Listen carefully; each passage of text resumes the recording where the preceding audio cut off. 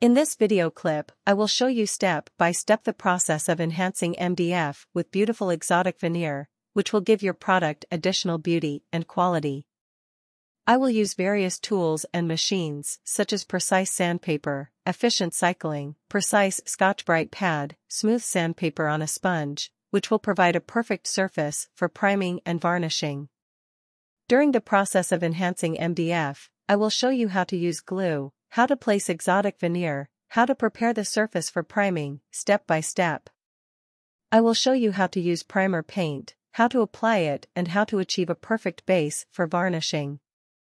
After priming, I will show you how to prepare the surface for varnishing, using various sanding techniques, to achieve a smooth and shiny surface.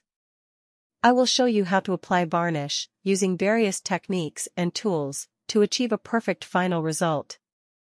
In the end, I will show you how to apply the final coat of varnish, which will give your product long-term protection and shine. This technique is crucial for achieving outstanding results that will last for a long time.